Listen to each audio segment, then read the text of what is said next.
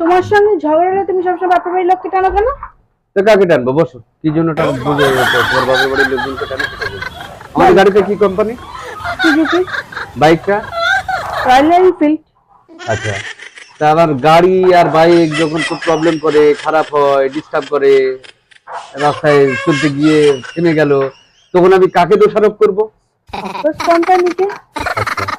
কোন কোম্পানিকে?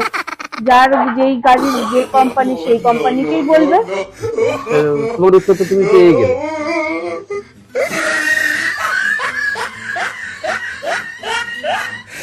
বুঝে তুমি আমার বাড়িতে বলো। ম্যানুফ্যাকচারার কাছেই বলতে হবে না, প্রোডাক্ট খারাপ হলে।